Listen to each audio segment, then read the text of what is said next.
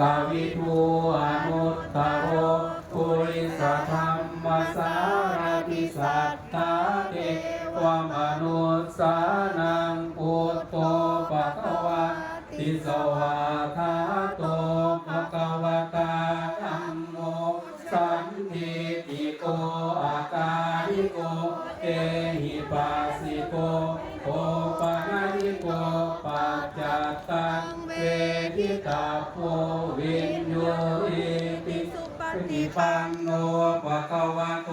สาวกสังโฆอุชุปฏิปันโนภะคะวะโตสาวกสังโฆญาณปฏิปันโน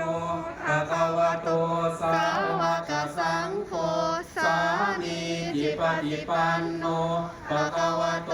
สาวกสังโฆยะทิตังจัตตาริปุริสายุคานิอัตตาปุริสบุคคลาเอ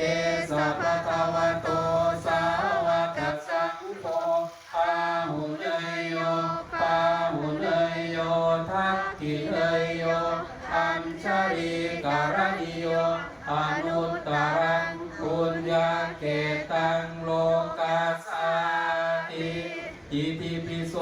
ภะคะวะอะระหังสัมมาสัมพุทโธ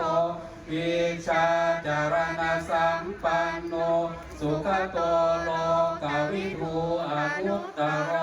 ปุริสธรรมสารติสัทธาเทวมนุสสานังพุทโธภควาติสวาคาโตภควตาธัมโมสันทิติโกอาการิโกเตหิปัสสิโกโอปะนะหิโกปัจจัตตังเวทิตาโพวิญโยหิติสุปฏิปันโนภะคะวะโตสาวกสังโฆอุชุปฏิปันโนภะคะวะโตสาวกสังโฆญาณปฏิปันโนภะคะวะโตสาวกสังโฆสามีจิปฏิปันโนภะคะวะโตสาวกสังโฆ